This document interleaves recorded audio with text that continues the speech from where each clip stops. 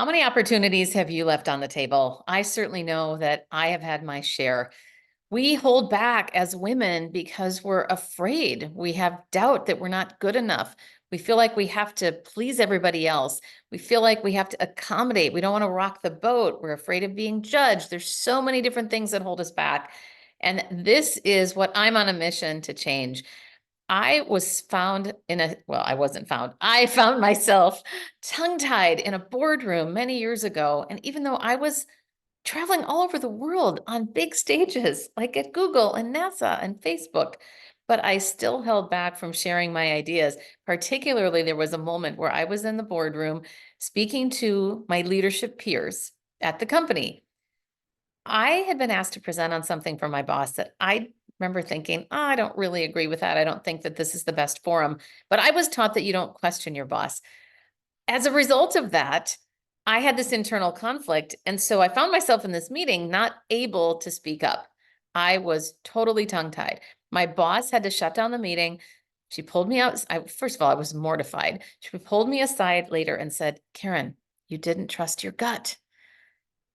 You could have just said, I'm not sure exactly why we were meeting about this in the first place. Let's table it and talk about it another time." I thought, what? I didn't even know that that was an option. And that's when I set out to change, to figure out what, at the root, what is my challenge. And I realized that I had been in a prison of my own making. And I know that's pretty intense language, but I was. I held myself back. And I realized after figuring out the root of my problem and doing lots of therapy, lots of personal growth work, I realized how freeing it was to get to the point where you are no longer paralyzed by doubt, where your ideas and your ability to speak up and ask for what you want overrides that doubt. It is so freeing that I said, "Oh my gosh, this is amazing. I want to help everybody do this." So I'm on a mission to eradicate self-doubt in 10 million women in the next 10 years.